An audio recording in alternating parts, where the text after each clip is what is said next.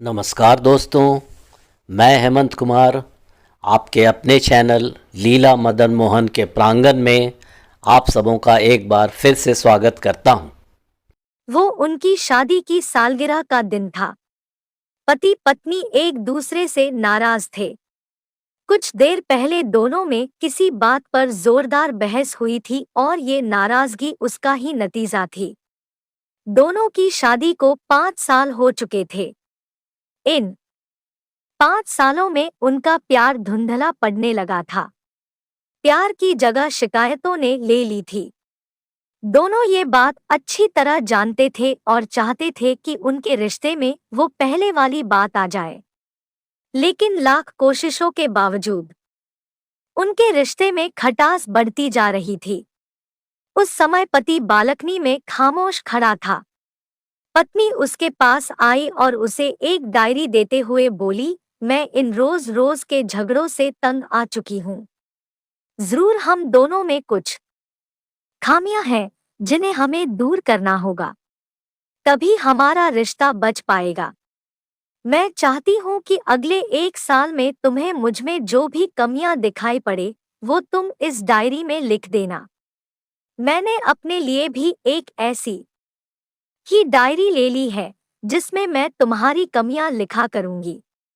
अगले साल अपनी शादी की सालगिरह के दिन हम एक दूसरे की डायरी पढ़ेंगे और उसमें जो भी कमियां लिखी होंगी उस पर चर्चा करेंगे और उन्हें सुधारने की कोशिश करेंगे। पति तैयार हो गया। वक्त गुजरता गया और 1 साल बीत गया। शादी की सालगिरह आ गई। दोनों एक दूसरे के सामने बैठे हुए थे। पहले पत्नी ने अपनी डायरी पति की तरफ बढ़ाई। पति डायरी के पन्ने पलटने लगा। पहला पन्ना, तुमने पिछले साल मेरे बर्थडे पर मुझे कोई तोहफा नहीं दिया। मुझे बहुत बुरा लगा। तुम्हें तोहफा देना चाहिए था।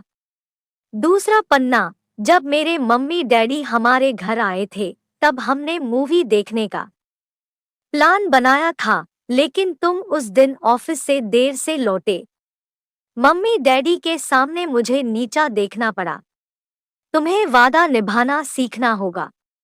तीसरा पन्ना, मैंने तुम्हारे लिए इतनी मेहनत से स्वेटर बुना था, लेकिन तुमने तारीफ के 2 शब्द भी नहीं कहे। क्या मैं इस काबिल भी नहीं? इसी तरह डायरी के सारे पन्ने भरे हुए थे। पति ने जब डायरी पढ़ ली तब पत्नी बोली, मुझे लगता है कि अब से तुम ये गलतियां नहीं करोगे। पति ने हाँ में सिर हिलाया। फिर पत्नी ने पति की डायरी ली और पन्ने पलटने लगी। पहला पन्ना खाली था। दूसरा पन्ना भी खाली था। तीसरा पन्ना भी खाली था। पत्नी ने देखा कि डायरी के सारे पन्ने खाली हैं। वह नाराज होते हुए बोली, तुम मेरी एक बात भी नहीं मान सकते। मैंने साल भर कितनी मेहनत से पूरी डायरी लिखी और तुम एक पन्ना भी नहीं लिख सके। पति ने कहा, आखिरी पन्ना खोलो, उस पर मैंने सब लिख दिया है। पत्नी ने आखिरी पन्ना खोला और पढ़ने लगी। उसमें लिखा था, डियर, चाहे तुमसे जितनी शिकायतें करूं, तुमसे जितनी बहस करूं, सच ये है कि मैं तुम्हारा दिल से आभारी हूं, क्योंकि इतने सालों में तुमने मुझे और मेरे परिवार को बहुत प्यार दिया है। इसलिए इस डायरी में लिखने के लिए मेरे पास कुछ नहीं है। ऐसा नहीं है कि तुम में कोई कमियां नहीं, लेकिन तुम्हारे प्यार, समर्पण और त्याग के सामने वो सारी कमियां बौनी है। हजारों कमियां हैं मुझमें, इसके बावजूद तुम मेरी परछाई बनकर हरदम मेरे साथ रहती हो। भला अपनी परछाई की भी कोई कमी निकालता है? तुम जो हो, जैसी हो, मैं तुम्हें बहुत प्यार करता हूँ और इसी तरह तुमसे लड़ते झगड़ते और प्यार करते अपनी सारी जिंदगी गुजार देना चाहता हूँ। उम्मीद है तुम मुझे और मेरे परिवार को यूं ही प्यार करती रहोगी। ये पढ़कर पत्नी की आंखों में आंसू उमड़ आए। उसने उसी समय अपनी डायरी पति के हाथ छीन ली और उसे जला दी, साथ में वो सारी शिकायतें भी जो इतने सालों से उसके मन में दबी हुई थी। पति पत्नी दोनों ने फैसला किया कि वे जैसे हैं वैसे ही एक दूसरे को स्वीकार करेंगे, अच्छाइयों के साथ, कमियों के साथ और ढेर सारे प्यार के साथ।